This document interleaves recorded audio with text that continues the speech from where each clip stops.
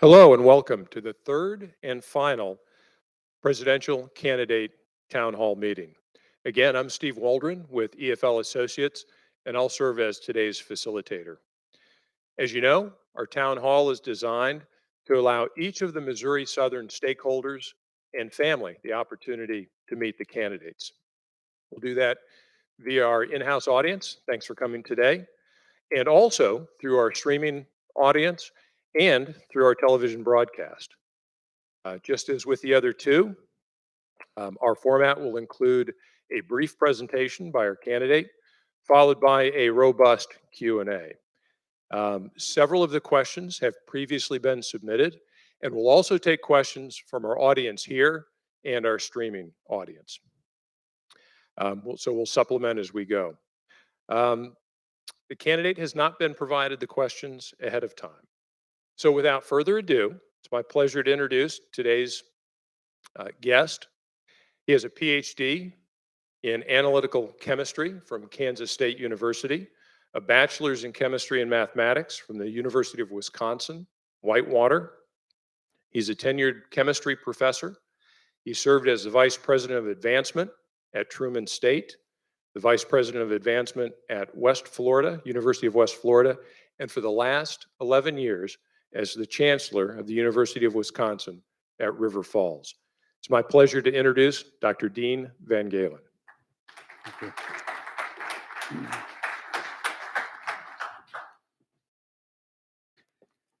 Thank you, Steve, and good afternoon.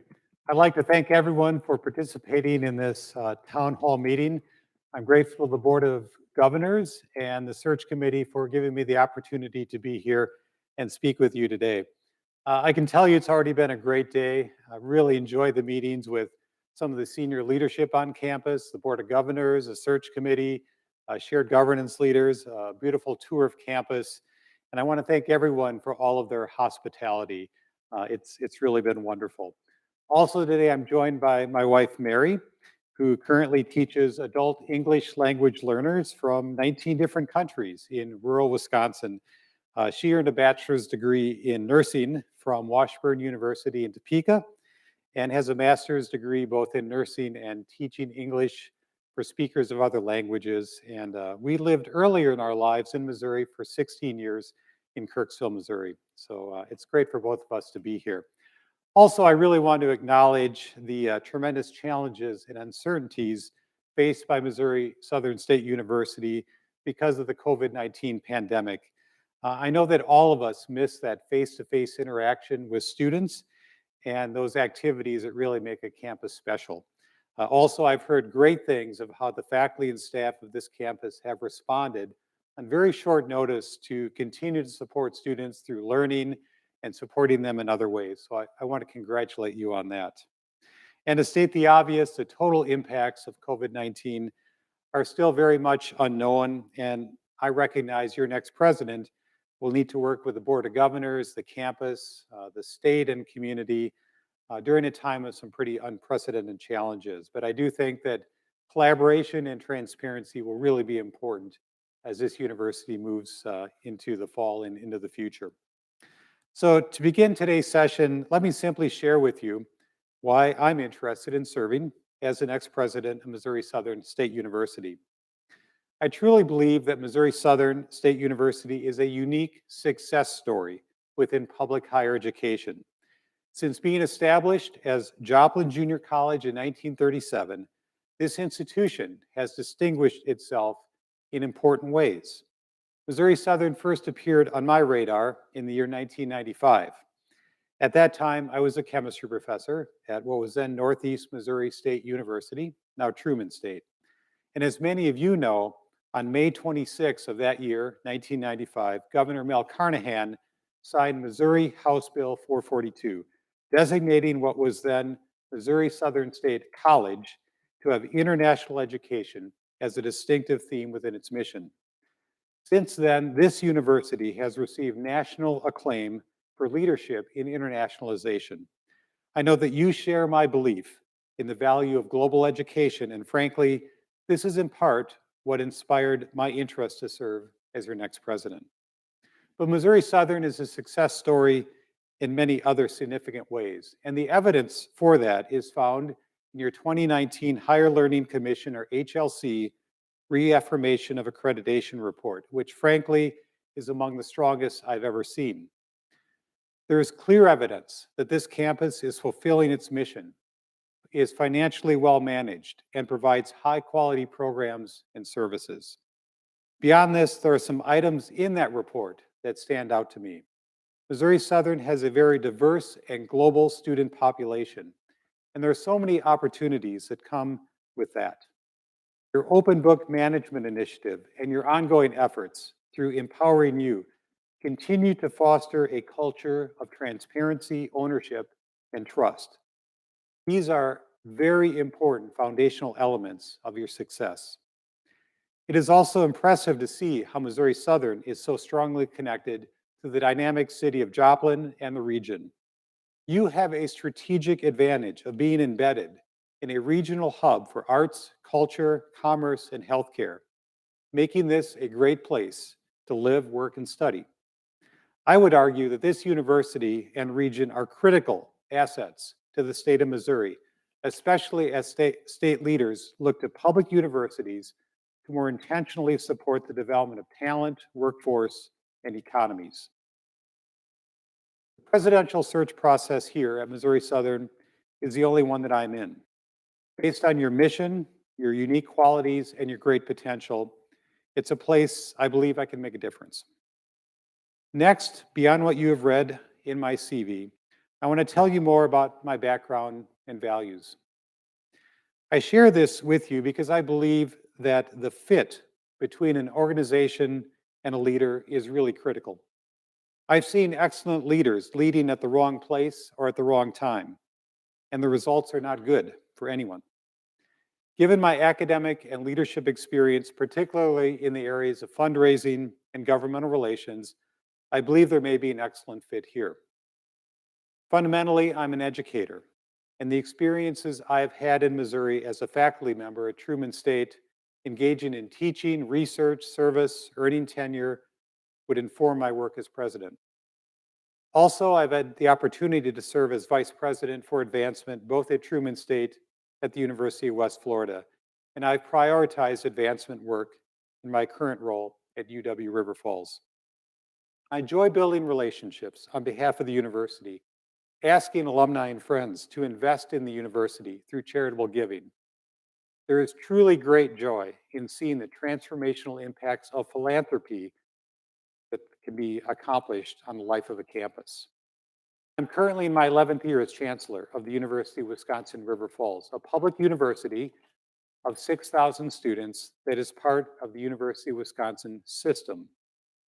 I'm tremendously grateful to the faculty, staff, students, alumni, and friends of UW River Falls who have worked with me to achieve great progress even during a challenging time for higher education in Wisconsin. The shared accomplishments of my current campus include developing new academic programs, including data science and neuroscience, in response to student interests and market demand, a focus on high-impact practices, including undergraduate research, completing the university's first comprehensive fundraising campaign, and modernizing academic and athletic facilities, primarily through hard-fought state investment. Internationalization has also been a priority, and last year the university was ranked #1 among the 11 UW comprehensive campuses for the percentage of bachelor degree recipients participating in study abroad. 6 years ago, that ranking was #8. Again, these are shared accomplishments based on the great work of many. But I speak of them here because many of the focal points seem to also be important to the strategic priorities and values of Missouri Southern State University. It is remarkable that over 60% of Missouri Southern students are first-generation college students. And for me, this is also a fit. Both Mary and I were first-generation college students, and we understand at least some of the challenges faced by many Missouri Southern students. And like many of your students, this opportunity to attend a state college, having small class sizes, great faculty mentors, changed the course of our lives. And during my career, I've seen a college experience at a student-centered public university change the trajectory of lives of countless students. To be clear, this is the impact of your work here at Missouri Southern State University. And by your work, I mean everyone's work, from faculty to coaches to custodians, from financial aid to student life. All are part of achieving the university's noble mission. Finally, I want to share with you my view on your next president's role in the university's future and something about what you could expect from me. In my view, you have a vibrant, high-quality university in a great location with unique strengths. You have a strong strategic plan, having goals that provide a roadmap through the year 2023. I believe your next president must enthusiastically embrace Missouri Southern's mission, values, and strategic plan. Candidly, bad things happen when new presidents come in and disregard what has been built before them. That said, I assume the Board of Governors and your campus want a new president to ask some insightful questions, bring new ideas, and encourage creative ways of thinking and a spirit of innovation. This is what I would strive to do. That said, clearly there is a need to focus on enrollment, which is both student recruitment and retention. And I applaud the many ways you are doing that already, including through Goal 1A of your strategic plan. If I were to serve as the university's next president, you can expect me to commit myself to learning about the people, traditions, challenges, and aspirations of Missouri Southern, to be visible on campus, to build relationships and seek to establish trust in an environment of shared governance. This, knowing that Missouri Southern and every college campus will be different this fall because of the COVID-19 pandemic, different in ways we cannot fully know here on May 8th. As you know, today a university president also plays a critical role beyond the campus. And my number one priority there would be to build working relationships of trust with key legislators, Governor Parson, Commissioner of Higher Education Zora Mulligan, and others, to effectively advocate in Jefferson City to bring even higher regard and greater investment in Missouri Southern. Another priority would be to engage major donors, the Missouri Southern State University Foundation Board, alumni, community members, and more broadly, the citizens of Joplin and this region. As always, I would devote time to interacting with students. They are the primary reason for the university, and they bring purpose and inspiration to all of our work. I would need your help to be successful in all of this. One final thought. You can learn a great deal about a university from its website, its HLC report, financial statements, minutes of the Board of Governors meeting, but you can't really learn about the culture. Throughout this search process, I've asked people to tell me about the culture of this campus.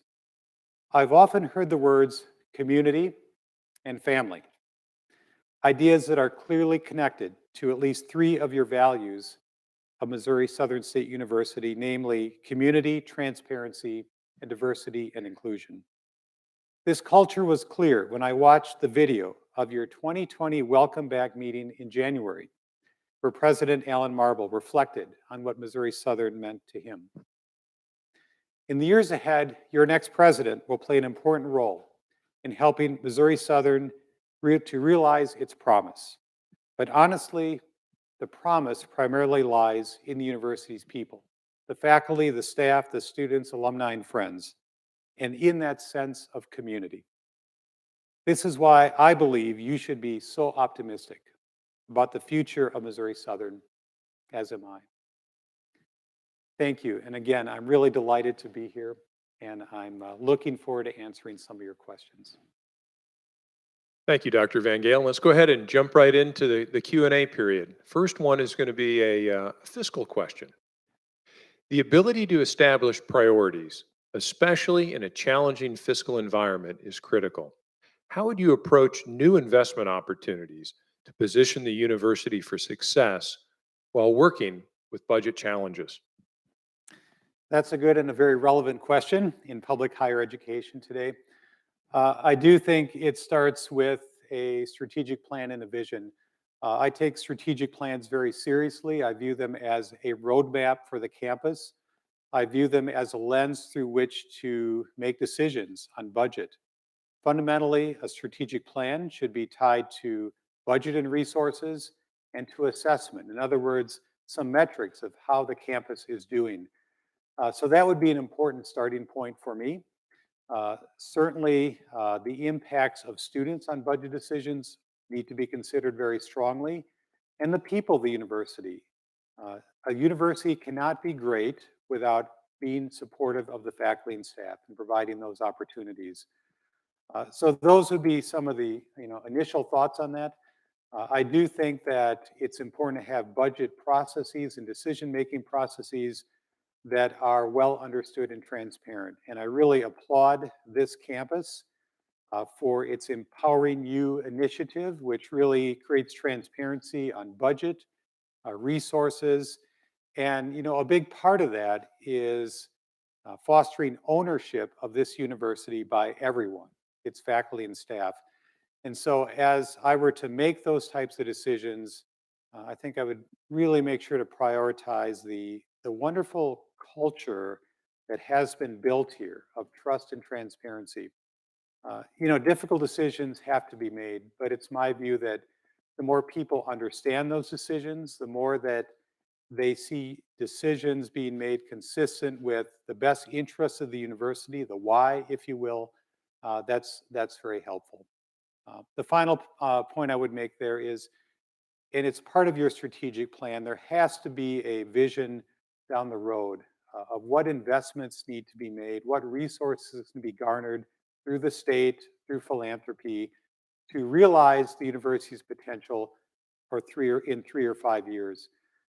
Generally, I tend to be a kind of a mid and long-term thinker. There are decisions that can be made today that might be expedient, they might be easy, but I always try to think about what are the impacts going to be tomorrow, because tomorrow does come. So those are some of the lenses that I look through and are principles as I would try to lead and work with the university through those decisions. Next question is a shared governance question. What has been your experience with shared governance in your career thus far, and what is your vision for how shared governance should work on a university campus? Well, that's another big question. Uh, so shared governance is absolutely fundamental to the functioning of a university. I guess my first experience with shared governance, if you will, is when I was a faculty member in chemistry at Truman State, and participation in tenure and promotion committees, working on and leading curricular committees related to general or liberal education. And so that type of activity is really also a part of shared governance. More recently, of course, as Chancellor of UW River Falls, I'm in a state that has a very, very strong tradition of shared governance, both as a system and on each of its campuses. And I think that's important because it's critical that different voices are heard. Shared governance involves accountability, sharing responsibility. A classic example would be the role of the faculty, which should have primary responsibility for curriculum, academic programs, promotion and tenure decisions. Um, that is just fundamental to the functioning of the academy. I'll give you, I guess, an example of that from UW River Falls. Over the last 5 or 6 years, we've developed a number of new academic programs, data science, neuroscience, agricultural engineering, biomedical and health science, some master's degrees.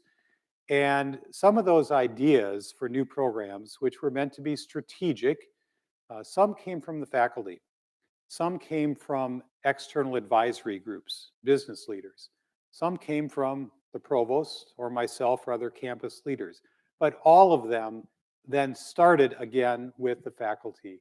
They're the ones that envisioned the curriculum, supported those programs. It went through shared governance, the curriculum committee, the faculty senate, then on to the provost, the chancellor, and the board. And so I think we need to really respect those types of process with respect to especially curriculum, uh, ideas of academic freedom. But it's not, of course, just the faculty. On my current campus, we have a university staff senate and academic staff council that have a strong voice in representing the staff of the institution. Every month, I meet individually with each of the leaders of those shared groups. And then also every month, I join our provost and CBO to meet with those shared governance leaders collectively. And that includes the president of the Student Government Association. The goal is to develop some sense of shared ownership, responsibility. And I'll make one other point, and that's with the students. It's so important for the students to have a voice in the institution. They are, in many ways, why we are here. The example there I would use is working with the Student Government Association. It was about 10 years ago, actually, on something called differential tuition. It turns out in the state of Wisconsin, at that time, if the students brought a proposal to the administration and the board, extra money, a little bit of a differential could be charged for specific purposes. So I really have a great respect for the way student government worked with me and other leaders to shape that. It was focused on undergraduate research, study abroad opportunities, renovation of teaching and learning spaces on campus. But through that process, I had some ideas, the students had some ideas, and we worked together. And the product of that collaboration was better than either of us what we brought to the table. So it's a really important aspect, and it goes all the way to the president here and of course to the Board of Governors, which has a fiduciary responsibility for this institution. Um, so it's fundamental to the success of a university. Our next question comes from our streaming audience, and it looks like we have a Badger in our midst. As a UW-Madison grad, I've watched the recent changes in the Wisconsin public school system. Can you reflect on your perspective on how your public higher education system in Wisconsin has changed in the last decade? And which of these changes, if any, might you bring to Missouri Southern? Mm. There have been a lot of changes in public higher education in Wisconsin. We've seen significant budget cuts. We have seen changes in state statute and policies. Um, let's see, what would I bring to Missouri? I think I've learned some things in Wisconsin. And one of them is working with legislators. So I'll use that as kind of the example. We went through a period in the state of Wisconsin of massive budget cuts and really questioning the value of the work of higher education, particularly the faculty. And this was 5 or 6 years ago, a very difficult time. And it struck me that there was a disconnect between the work that occurs on the campus, the life-changing work that we do with students, the talent we develop, the opportunities we provide, and the perception, um, certainly in the legislature, with among elected officials, and even more and more among the citizens. So I think what I brought away from that is the critical importance for leaders, university presidents, uh, board members, business leaders, advocates for the university to really stay engaged and talk about the importance of higher education to their elected officials. I think that effort, as I look back on it, has moved the needle a bit in the state of Wisconsin. Um, we have seen some cases of increased support for higher education, and I think there is now a greater valuing of the role of colleges and universities in Wisconsin. So that was one of the lessons or takeaways. I mean, I think the relationships that a university builds with elected officials, in this case, Governor Parson, key legislators from this region, is really critical to help them understand and also to listen to them. What are their needs? In the state of Missouri, as in Wisconsin, workforce development is a very kind of key issue among elected officials, and that's understandable. And universities can and should address that. Earlier, we had a conversation about this kind of workforce development and the liberal arts, which is really an interesting debate. And in my view, these two are not opposed to one another in the least. Yes, we want to prepare students for careers, for first jobs, but also for citizenship. And if you talk to CEOs about what they're looking for in graduates, they talk about communication skills, critical thinking, the ability to work together, exactly what a liberal arts education provides. So it's bridging that gap, I think, between what a university does and the people and elected officials of the state that I take away. How would you use the position of president to increase or enhance diversity at Missouri Southern? So I'll start by talking about the importance of diversity and inclusion, right? Uh, why? Why are these things important? Why is one of your values diversity inclusion? And I think it's at least twofold. One is a university campus should be a place where all students, faculty, staff are welcome. They feel like they belong and they have a place, and that's really important. And so I think the goal is to create a campus culture that values all forms of diversity, race, ethnicity, religious beliefs, veteran status, sexual orientation, disability, everything that we think under the umbrella of diversity. There's tremendous value in doing that because it creates opportunities for learning. A university should be a place where students and all of us increase our intercultural competency, our ability to work with others. And I think in the role of president, it's important to try to increase the diversity of the population of the students. Certainly, we've seen some progress at River Falls, but you have a tremendously global and diverse population, and there's a great opportunity with that. The other part of it, though, is again, if you think about what employers are seeking from your graduates, it is the ability to understand and work with people of different backgrounds in many different ways. And so that's important as well. A couple other thoughts on that. This idea of how diverse a campus is, that's important. But how do we take advantage of those opportunities to connect with people on the campus different from us? I really believe universities need to be more intentional in that regard.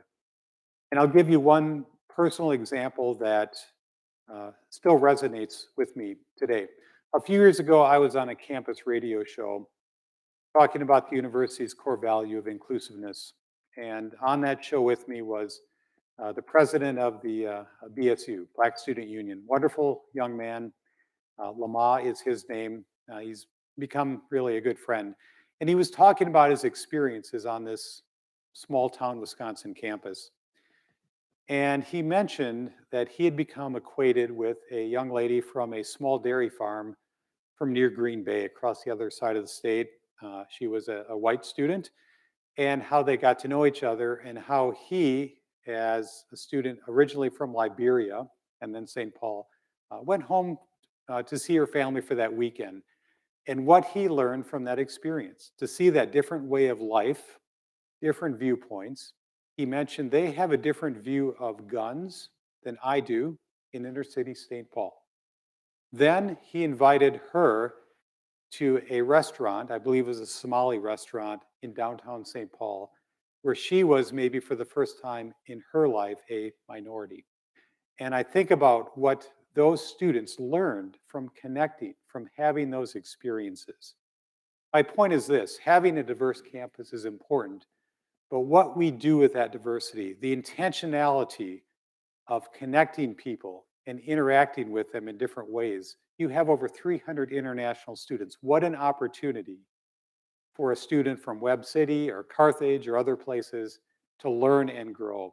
And I do think it's a president's role to foster and encourage in intentional ways that type of environment.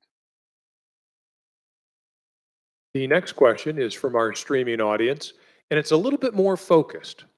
How do you feel about increasing master's programs at Southern?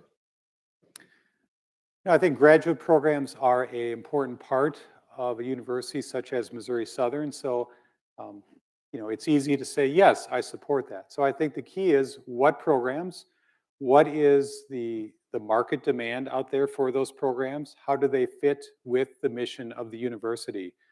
My own institution also has master's programs. We've added master's in computer science, a collaborative master's in cybersecurity. So, I'll take that question also a little more broadly. When you think about enrollment uh, at Missouri Southern, it's easy to think about the traditional 18-year-old student, and that certainly is part of who you serve. But I think in the future, the university needs to think more broadly about enrollment. Graduate programs would be one opportunity for that. Transfer students, certainly. What about adult learners? It turns out that in Jasper County, there are 120,000 people. And it turns out that 26% or 26,000 of those residents have some college, but no college degree, right? So these people are all around the county. What can the university do to provide them with educational opportunities for degree completion, stackable credentials, those types of ideas that can also support the university's enrollment? So I think enrollment and growth and opportunity have to be thought of in some really new and different and broad ways. Graduate programs are certainly one of those ways. The next question you actually touched on a little bit at one of our smaller sessions. What do you think the role of the arts, music, and theater departments have in creating a campus culture and engaging with the community? Yeah, I think the arts, theater, music, they are one of the important connectors or windows to the university for the community. Obviously, athletics is another example of that. There are others. But I think that is a wonderful way to have residents of Joplin and this region come to the campus, enjoy and see the talent that exists on this campus. I know you have a number of strong programs in that area. And I'll also connect it with another dot, which is this idea of a liberal arts education. Um, if you major in nursing or chemistry, whatever that is, there is great value in experiencing the arts, music, culture. Uh, you want to earn a living, but also have a life that has meaning and joy, and that's part of that experience. So, really important connector between the university and this area. The next one's a little bit of a longer question. So, current full time faculty teach 4 loads, with 60% of salaried time dedicated to teaching, 20% dedicated to scholarship and research, and 20% dedicated to service. Given the institution's interest in moving toward more scholarly and graduate level work, how do you envision the realignment of faculty responsibilities and workload, especially with regard to tenure and promotion guidelines? So that is a big question. um, so that is, a typical challenge at a university like Missouri Southern, and I've seen that at institutions I have been at. Um, as resources permit, it is really critical to carve out some time for faculty to engage in more scholarly activity, and that goes across the campus. So that can be in the form of release time, so going from a 4-4 to a 4-3, for example. It's probably not possible for the entire institution to do that, but to make some strategic choices of what faculty have strong interest and commitment to engaging in more research, often with undergraduate students. And then, of course, at the graduate level, as you pursue different types of accreditation, as an example, there are stronger research elements that come with that. So that's kind of the classic challenge, right, of a comprehensive regional university. How do you carve out time for faculty to do more research? Um, there's no magic bullet, but I really do favor the idea of kind of a selective approach to that because different faculty at different points of their careers even have different interests and strengths. There could be faculty that want to focus primarily on teaching, and that's great. And there are others who have strong interests and capability in research. Grants can be another part of the solution for this, federal, state, NIH, NSF grants that can provide resources for release time. And so I think having a strong and robust grants office to help faculty garner those external resources is also an important piece of trying to address that problem. I'm going to scan the audience here for questions. Yes, sir. When you were talking about diversity, you mentioned, you talked about student diversity. Um, it's one thing to bring in, students from other countries and from, Black students or, students of color onto the campus. But when they get here and they don't see anybody that looks like them, Yep. it becomes an upward challenge. And I'm a faculty member, and I've had students come up to me and said, well, it's good to see one of us here. Yes. So how would you go about changing or increasing the diversity in our faculty? You can look out here, you can see what I'm talking about. And not just there. And I think we've done a great job with our faculty, but also in upper administration, where we have an upper administration where there is hardly any minority in upper administration. How are you going to go about changing all that in terms of diversity? Yep. So that is a great point, and I agree. And just to reframe it, it is difficult for students of different backgrounds, diverse backgrounds, to come to a campus and not see many people like themselves, right, that they can relate to. I think part of that is faculty. There needs to be a strong encouragement to reach out and make sure those pools of candidates are diverse. And to me, a lot of times that simply just isn't putting an ad in a paper. It is asking faculty and others to think about their networks and intentionally reach out and invite diverse faculty or staff to apply to the university. Also, in terms of human resources, this concept of intentional bias, I think, occurs. We have search committees at many universities that are very homogeneous. Perhaps some of the implicit biases they bring into that process. So I think that is also part of the solution. And I hear your point also about leadership, and I think students and campus must see and understand diversity and leadership at all levels. It's not something you can address overnight, obviously, but I agree with your point very much. Um, the other idea I think that's worth thinking about is, are there some pipelines of your graduates, right? You have graduates that have gone on to graduate programs, maybe completed a PhD. How can the university do a better job of keeping touch with them? And if they're interested in an academic career, really encourage them to come back to Missouri Southern because they actually obviously have some roots here and a strong connection. So those are some ideas, but that is that's a real challenge, and I'm glad you brought it up. Next question is from our streaming audience. You mentioned in your introduction that one thing you would focus on would be enrollment and retention. What actions would you take to help increase both enrollment and retention? Mhm. So to be fair, I'd have to learn more about what you're doing, what your markets are, what programs are growing, what are the opportunities. But in general, let's talk a little bit about enrollment. Two components: student retention, or student recruitment and student retention. So recruitment of students, I spoke a little bit about the need to look at diversifying markets. Yes, the 18-year-old student right out of high school, but what about graduate programs, adult degree completion, online programs, hybrid programs, to look at the whole mix to try to increase student recruitment. I think it's important to look at your admissions operations. So ask some questions.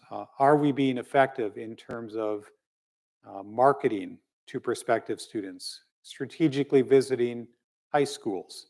Uh, are we ensuring our campus tours are very high quality? What is a student experience, prospective student experience, when they come to Missouri Southern?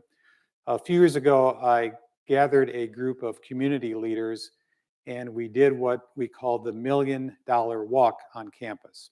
In other words, pretend you're a prospective student or a parent, and we're going to do the admissions tour with you. Make some notes. What do you see? Are there issues? Why is that dead bush there? Why is that sign so old? Oh, right. So it is a whole series of actions to ensure your admissions operation is high functioning. Scholarships and the use of those scholarships strategically to leverage student recruitment is also critical. I've looked at some of your materials. You have a whole range of scholarships. I'm sure they were done very thoughtfully, but I think it's worth looking at that. Is the institution leveraging scholarship support from the university and the foundation to support student recruitment? Um, and then retention, and I know you're doing a lot with that. Uh, I've looked at your retention data for traditional freshmen, first to second year. You've bounced between about 61 and 65% first to second year retention for a number of years. I know your goal is 66%. It sounds like a short step, but it's not. It is very difficult to influence retention. Well, how do you do that? It's a whole series of actions. It is ensuring when new students come to campus, they feel welcome and supported. It's effective advising. It's engaging students in high impact practices, such as undergraduate research. You're building a new residence hall. There are probably some opportunities there for living learning communities that have been shown to be effective in terms of student retention. Also, I learned about the MOSO CARES program. So this is an effort that started with your BIT team, Behavioral Intervention Team, and now has added some elements to that. And frankly, we're doing the exact same thing at my institution, and the University of South Florida has been effective as well, to look at the student more holistically, right? Why do students leave Missouri Southern? It can be as simple as, I can't register because I have a $50 parking ticket that I can't afford to pay right now. Isn't there some way we can recognize and solve that problem? So it's a whole series of things um, that I think over time will help retention of students. It's an important challenge. The Empowering You focus on retention and bringing that to a grassroots level, I think is a really important process. We can do things at a university level, policies, emergency grant funds, those are helpful. But in the end, it is everyone's job and opportunity, everyone's, to recruit and retain students. The custodial staff play a role in recruiting and retaining students. Many people on this campus, outside of faculty, are mentors for students in some way. If you have a student worker working in your office, that student just isn't an employee. You're a mentor of that student. What's going on in their lives? How do you get connected with them? How, if they have a challenge, can you get them some help? So these are really big and important questions. And in the end, we talk about retention rates, 66%, but we can never forget we're talking about individual lives of students. It's really important to help them succeed. Student debt, I don't worry about students who graduate with some reasonable debt. The data show that over their lifetime, they'll make $1 million more than a high school graduate. The students I worry about who come to a place for a year or two, incur debt, and don't leave with a degree. And so it is a noble focus. It's an important focus. You know, I kind of like this next question. If you had the power to change one thing in higher education, what would it be, and how would you go about implementing that change? Oh my, that's quite a question. It looks like I like it more than you do. So. Higher education. Well, if I had longer to think, I'd think of a better answer, but I'm going with this. One of the challenges I think internally a university faces is what I would call silos. Different units, different people, uh, not viewing the university as a whole, as a community.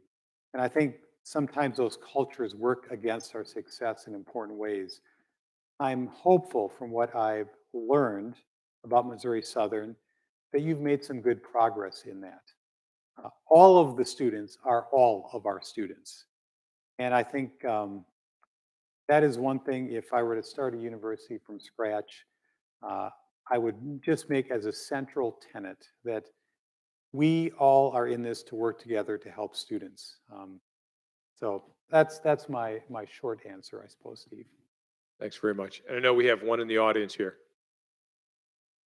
On behalf of everybody here, thanks for wanting to come to this special institution.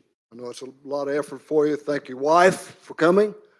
The next question, mine's going to be a little more common sense. The question I have, one is Missouri Southern has played River Falls in baseball. I don't know if you knew that, but they used to come here on spring break. I did not know that. And we played. And when we were NAIA, by the way, and we've also played lacrosse and Oshkosh. Okay. So, and I'm impressed with those schools up there. They all did a good job. Now, are they, now we were NAIA and we went D2. Are you D3? All of those schools are D3. Okay. So in Wisconsin, Madison, Milwaukee are D1, Green Bay's D1, Parkside's D2, all the rest are D3. Let me ask you, you know, there's a difference between 3 and 2. 2 is scholarship, 3 is Yes. non-scholarship. So the Division III athlete goes not for scholarship purposes, but they go because they love the sport and go to school.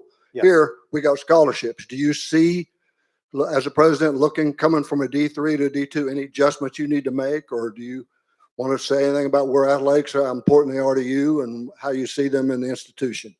Yeah, so the short answer is no, I don't see making changes in that regard. You know, I was at University of West Florida, D2, Truman State, D2. So I do understand the differences with the scholarship. You know, talk a little bit about athletics. I think athletics is important to the university in a number of ways.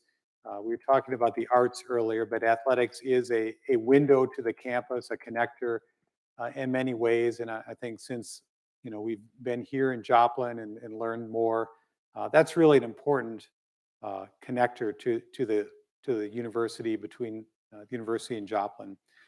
The other, you know, thoughts on athletics is it is an effective way in some cases to recruit students. So that's important to the campus. I'm very concerned about student success of student athletes. So my viewpoint is I want to be competitive and compete in every sport every year. However, I want those students to be successful. What's the retention rate for those students? Are they getting a great education? And I think that is consistent with the D2 philosophy, right? We want to give students a great experience on the field or court, but we want them to succeed at the university and then in life after that. And I think that is the philosophy here, and that's something I really appreciate. The other element I'll mention is the role of coaches. And in my comments, I specifically included coaches because for many student athletes, those coaches are role models, they're mentors. 20, 30, 40 years from now, when they come back to Missouri Southern, if you ask them, who is the most important person in your life here, they might very well say their coach. And so those relationships are important. I'll add one more element, and it kind of speaks to this diversity question. Athletics has some unique opportunities to create teams that have diversity and build those relationships between those students on those teams that create a great deal of learning. I like the idea on a campus of how do we bring together students from different backgrounds, different viewpoints for them to learn and grow. Building those relationships is really critical. And I think that does happen in athletics in ways that maybe don't happen in other places on a campus. But yeah, D2, I get it. Yep. Let's go to a town and gown question. What is your vision for continued relational development between the university, the city of Joplin, and the surrounding communities? Well, that relationship is really important. There has to be ownership of this university by Joplin and the region and vice versa. So how do you do that? You know, certainly through events, athletics, the arts, on-campus international events, but also the university has to reach out to the city and the region. And there are a lot of different ways to do that into the school system. And I know that you already do some of that. I think the leadership of the campus, including the president, has got to be involved with the Chamber of Commerce, perhaps the Rotary Club, the city. In my current role, I routinely meet with the city manager, member of Rotary, connected to the Chamber of Commerce. The president in particular has to be the face of the university to the community, to be known, to build those relationships. Also, what type of partnerships can be developed? And I don't know exactly what those are here. In my role at my current institution, one of the kind of neat success stories was we worked with the city of River Falls, the River Falls Economic Development Corporation, the local technical college, and businesses to develop a business incubator. So it was a business innovation center that was owned by the city, and there was a $1.4 million EDA grant that helped fund that facility. And really, that was a tremendous collaboration between the university and the city that will lead to economic development and jobs and opportunities for faculty and staff on the campus. So I tend to try to look for those types of collaborations that the university can get involved with the city. The region, I think that was an important point. If you look at Joplin, 50 or 60,000 people, well, this region, I'm told, is about 400,000 people, right? The fourth largest metro region in Missouri. So I looked at a map and, well, that makes sense. The point is, this university serves not just Joplin, but a larger region, even across state lines, right? We're about 7 miles from Kansas, not too far from Oklahoma and Arkansas. So the university needs to be connected and have a footprint in Joplin and beyond Joplin. There are a lot of alumni, I know, in this part of the state and region. So how do we engage them in connecting, both in supporting the university, in recruiting students? So, it's really about bringing the university to the region and bringing the region to the university. And I think the role of a president is to build those key relationships and make sure that happens. The next question comes from our streaming audience, and it's kind of related to what you just discussed, and perhaps even a little related to what Coach asked. But at Southern, many students come to campus for classes and then leave to go about their lives. What would you do to create a campus environment to build a community that extends beyond the typical school day and encourage the students to stay on campus beyond classes? Mhm. So yes, they need to have a place and a reason to stay. And so I would want to learn about uh, those students and meet with a group of commuter students. What are their lives like? Uh, what is encouraging them or discouraging them from being on campus? I don't know if you have spaces specifically for commuters, commuter lounge, if you will. Maybe that's helpful. How can they be engaged in student organizations and clubs? What does that look like? You have some non-traditional students. So if I'm a 28-year-old single parent and I'm taking a class here completing my degree, what activities or services would help me to stay on campus?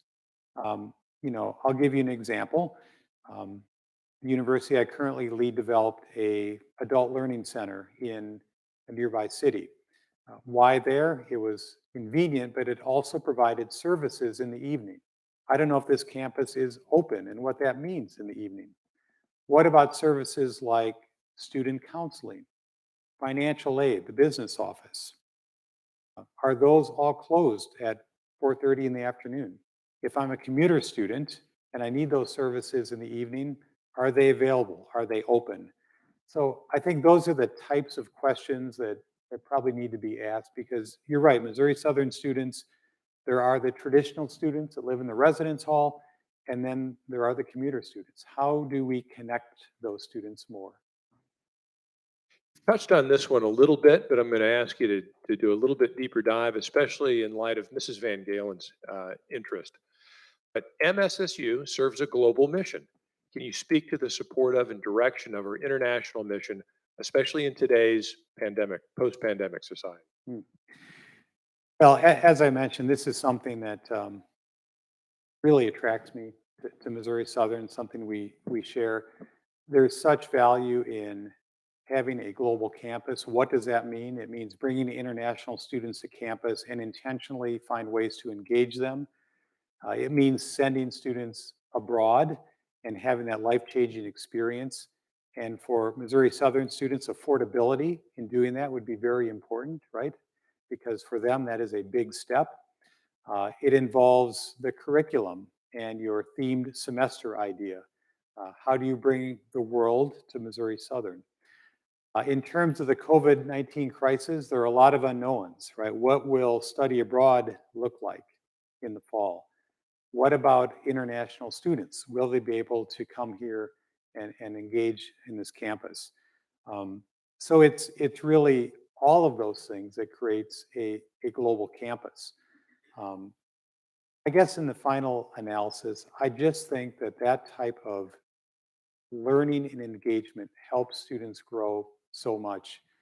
A couple years ago, I was teaching a honors seminar, and one of the topics was global education.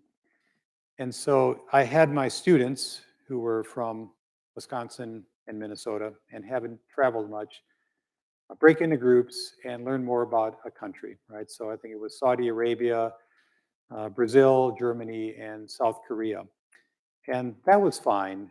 And then what I did was invited international students from those countries to volunteer if they were willing to come in and have a small informal conversation with those students from the Midwest. And it was amazing to watch the conversation and learning. And when my students evaluated the course, almost all of them said the best part of this course was the 45 minutes I spent with a student from Saudi Arabia or South Korea. So I think international education is infused in what you do, and it's something I really would support very strongly and look for some new innovative ways to do that. I'm going to try to kludge two questions together here, and they're both from our streaming audience. What do you see as the future of academic libraries? And then also, what do you see as the future of IT, especially the importance of IT, especially in our post-pandemic society? Well, I'll start with IT, right? If anyone believes that alternate methods of delivery aren't important, we all believe that now. And my impression is your campus and faculty were maybe better positioned than some others to make that transition, although yeah, I know it was very difficult. But one of the takeaways is how can we make learning, teaching and learning even more effective? How could we use some of the tools that we've been using, all of us, over the last couple months? I believe it'll change the way we do much of our work, and it will open our eyes to some things that can be very effective using technology to supplement uh, face-to-face instruction, to develop hybrid courses, or even online courses. I also want to stretch that term IT to the importance of data security. I think if you look at some major challenges that any higher institution faces right now, among those would be IT security, right? We have a lot of data on our campuses, and it's critical that we ensure that we have the methods to protect that data. It does not take much for one phishing breach or some other activity to occur to damage the security of the campus and its reputation.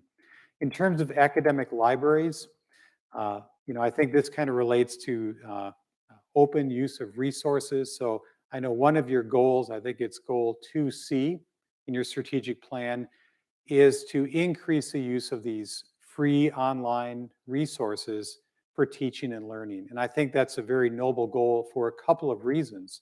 You are trying to thoughtfully uh, move away from proprietary textbooks. And we all know those textbooks are extraordinarily expensive.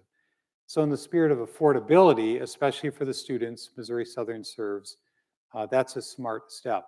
But the other part of that is knowledge changes at an accelerating rate. So a textbook that was written 2 or 3 or 5 years ago is out of date already, right? So I think that is a really smart move. And there's it's connected to the changing role of academic libraries, which really are about access to information and ensuring students and others have some sense of the reliability and accuracy of that information, which is, of course, a huge problem. So I applaud Missouri Southern for moving in those directions. Obviously, the academic library, that role is going to change, and IT is connected to that as well. As you learned in a little bit more depth today, Southern has several $1 million in deferred maintenance. And there are some buildings out there that frankly are in need of some repair. As president, how would you address this? Yeah, deferred maintenance, huge problem within higher education overall, and I believe I've learned the state of Missouri thus far has not been inclined to invest money in deferred maintenance, which is unfortunate and, let's face it, short-sighted. You can fix some things now, or you can fix them later, and it's going to cost a great deal more. So part of that is to work in Jefferson City to help elected officials understand that these facilities have to be kept up. The investment you make now will save the state money later on. Also, what resources are available locally on the campus to be used for those projects? That's a tough question. It's probably not a good question right now in the middle of the pandemic. But I think the state of Missouri and other states have started to realize more that investment in deferred maintenance is important. It's good to build new buildings. Those are needed as well. But if you don't take care of your existing building and infrastructure, and not just the buildings, but the utilities, the things that we don't see on a campus, electrical substations, a heating plant, if you don't take care of those in the short term, you're going to regret it in the long term. In your opinion, how important is communication from the president and the university administration to the faculty, staff, students, and other constituents within the community? And what strategies would you use to ensure the flow of communication to and from those groups? So obviously critical, right? And I think you have a culture that encourages and appropriately expects communication and transparency.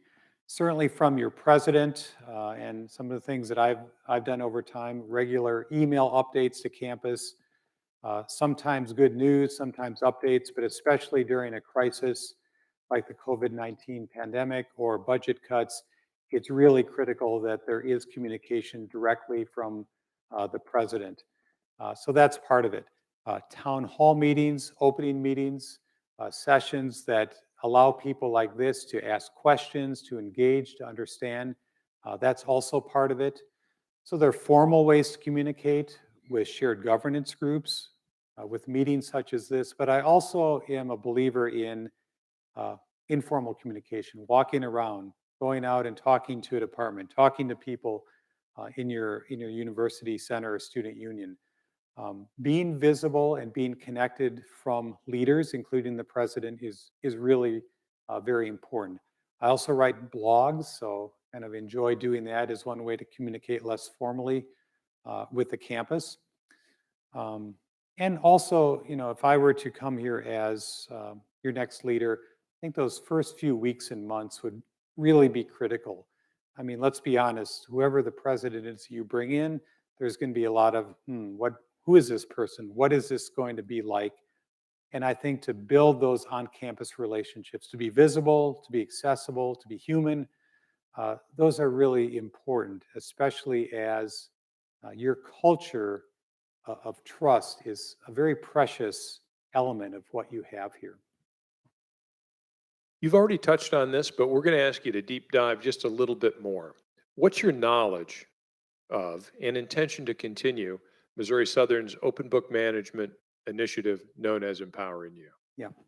Yeah, I did touch on that, and I've learned a lot about it, and the principles and philosophy of it, I support wholeheartedly. Well, what are those really? One is the idea of sharing information and transparency, giving knowledge to the faculty, staff, of the campus, the community. The idea that the more people know and understand, the more they're engaged, the more they have opportunity to bring forward ideas, the healthier the culture of the campus is going to be.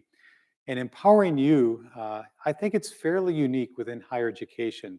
These ideas of transparency and sharing information, I think they're more and more uh, accepted in higher education, but the intentionality of empowering you is impressive. You have these process initiative teams, ideas can be brought forward currently on retention. There is a dashboard, and if you're an external person, you can't dig down in those dashboards. But I think the idea of understanding where the money is going, and we had some earlier conversations about this, maybe breaking down some assumptions that are not true. It helps bring forward ideas. It helps when decisions are made. There's more buy-in and understanding. You might not agree with a decision, but you can see the constraints and challenges and choices that the university has to make.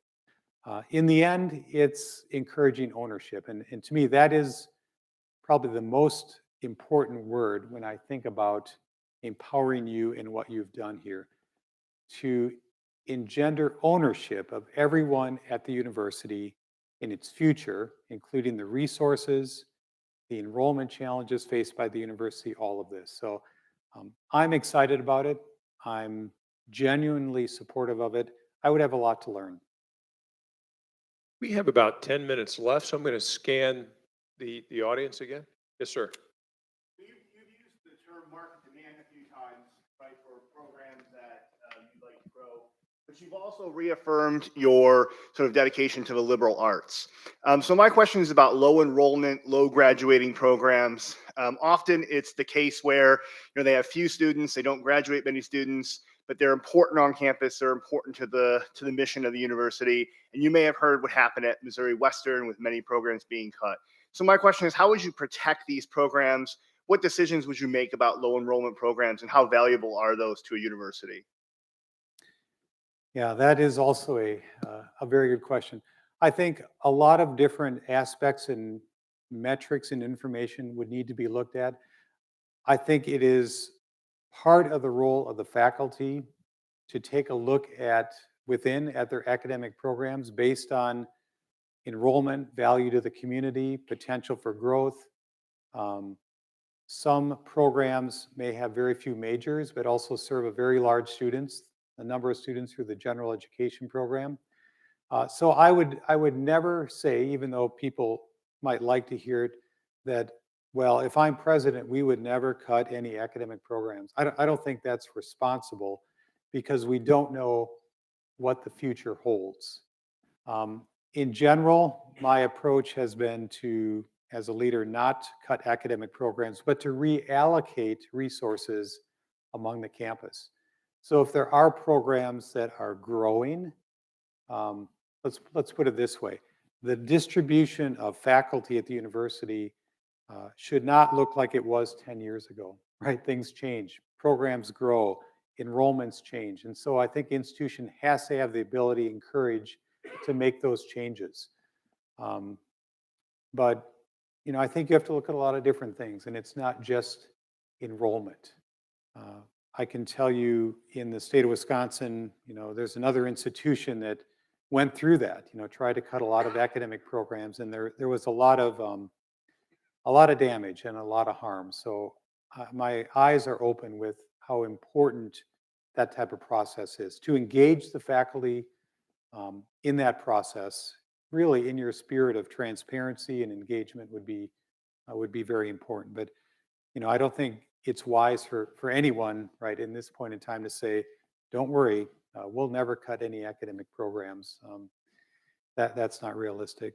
To your point of market demand, yes, I do think a university over time has to evolve. It has to change. It has to look at what are the interests of students and the needs of society. And I'm committed to that end of it as well. Did I see another question over here? Yes, ma'am.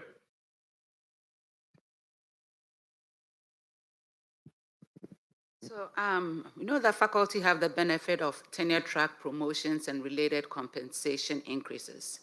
Can you speak to your thoughts on compensation and or promotion advancement opportunities for support staff?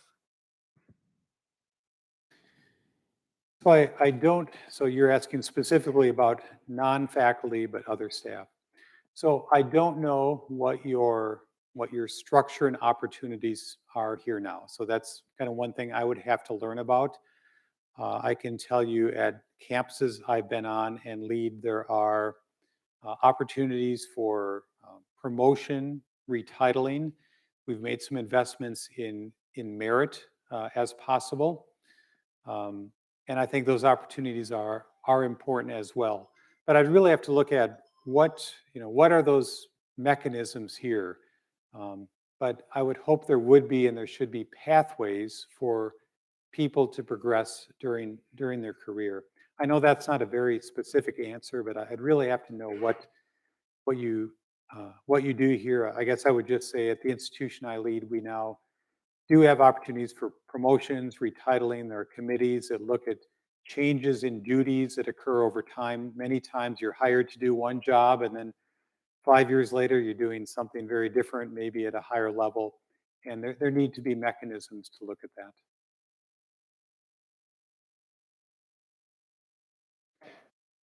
Distant learning, online class. Where do you see those going? We going to go to Phoenix University and a lot of that, is that a way? Plus another thing, are you seeing that with the virus and so many people now doing online classes that may have not done them before, will they want more online classes? Will that become more interested due to the virus?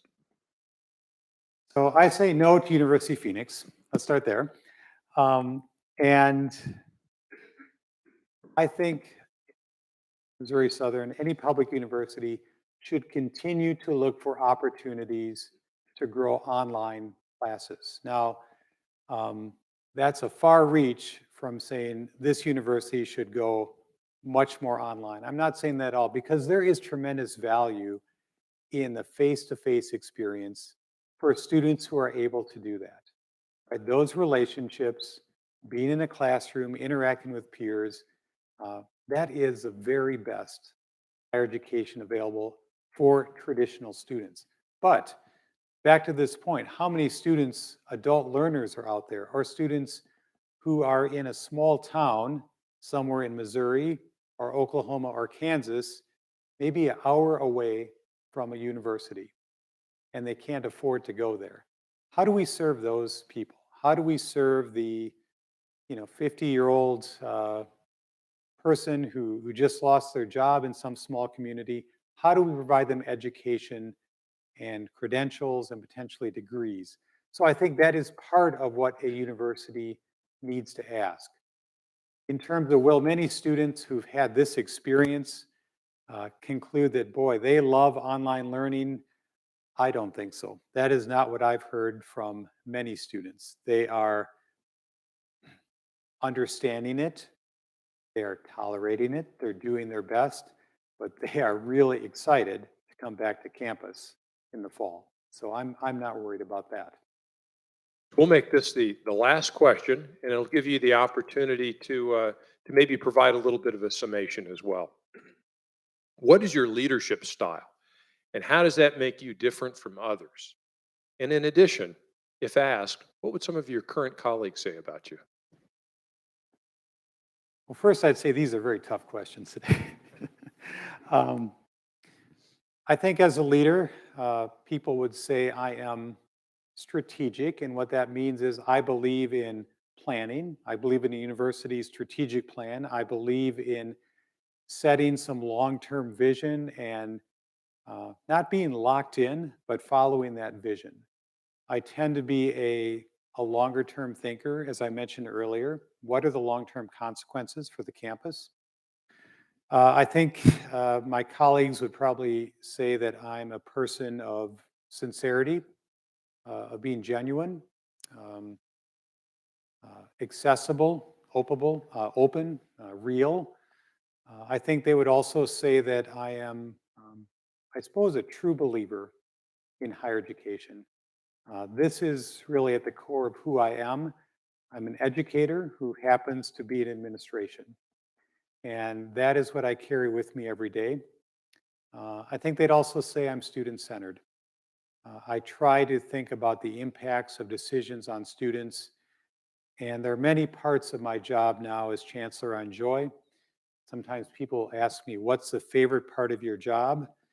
And it really is spending time with students, seeing what they're capable of, learning about their stories, being inspired about what they do. And that's what drives me.